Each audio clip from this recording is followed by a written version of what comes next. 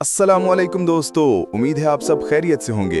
आज मैं आपको लेकर जा रहा हूं दुनिया की दूसरी सबसे बड़ी नमक की कान, खेवड़ा नमक की कान की सैर पर। यहाँ की खूबसूरती, तारीख और कुदरत के अजायबात वाकई हैरान कर देने वाले हैं। तो चलें बगैर वक्त जाया किए अंदर चलते हैं। सबसे पहले यहाँ टिकट लिया जाता है। टिकट ज्यादा महंगा नहीं और यकीन माने अंदर जाकर आपको महसूस होगा कि ये जगह हर पैसे के काबिल है।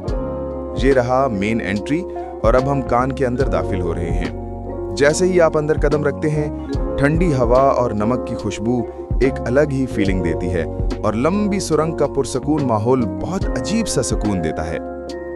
खेवड़ा नमक की कान की तारीख भी बहुत दिलचस्प है। ये कान तकरीबन 326 कबल मसीह में दरियाफ्त हुई, जब सिकंदर आजम के घोड़े यहाँ के नमकीली चट्टानें चाटने लगे थे। तब लोगों को पता चला कि इस जगह पर नमक मौजूद है और बाद में मुगल बादशाह अकबर ने इस कान को बाकायदा तौर पर काम के लिए खुलवाया। चलें हम आगे बढ़ते हैं। ये देखें दोस्तों, दीवारों पर ये खूबसूरत गुलाबी, सफेद और नारंगी रंग, ये सब कुदरती नमक की तह हैं। कुछ जगहों पर नमक के क्रिस्टल ऐसे चमकते हैं जैसे किसी ने लाइट से नक्श बना दिए हों। अंदर जितना आगे बढ़ते जाएं, कान के मुख्तलिफ चैम्बर्स और खुले हॉल आपको हैरान करते रहेंगे। ये बड़ा हॉल जो आप देख रहे हैं, पूरा पहाड़ अंदर से खोखला किया गया है, मगर नमक इतना मजबूत है कि छत बिल्कुल मजबूत खड़ी है। यहाँ की गहराई 750 फीट तक जा पहुंचती है। अच्छा दोस्तों, यहाँ एक बहुत दिलचस्प चीज है, नमक से बनी मुख्तलिफ यादगारें। ये नमक से बना मीनार पाकिस्तान, ये बादशाही मस्जिद और ये चाइना वॉल, इन सब के अंदर लाइट्स लगी हुई हैं जो इन्हें और भी खूबसूरत बना देती हैं। ये सब मुकम्मल पिंक सॉल्ट से तराशे गए हैं। इसी के साथ यहाँ एक नमक थेरेपी एरिया भी है, जहाँ नमक की हवा दमा, सांस और एलर्जी के मरीजों के लिए बहुत फायदेमंद समझी जाती है। कुछ लोग खास तौर पर इलाज के लिए जहाँ आते हैं।